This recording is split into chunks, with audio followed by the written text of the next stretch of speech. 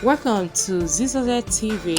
Kindly subscribe, share, and like for latest updates and news. Welcome to Zisodel. May our sacrifice turn to prosperity. We have to make a sacrifice, and that is clear. If we have to, but Allah will not give you a burden that you cannot carry. Will not. It's there for you. Have faith in the country. Have faith in yourself. Believing that you, as a citizen of this country, you must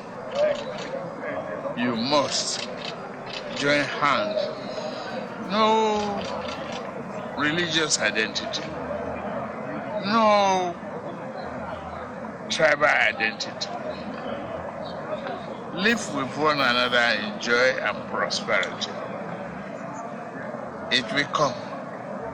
Nigeria will see peace, stability, and God will grant peace to those of us who are in the war front.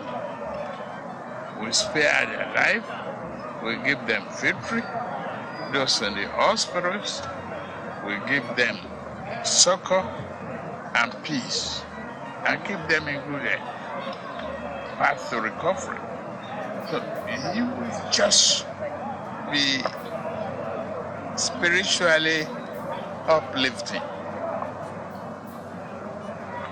Have faith. Allah is there.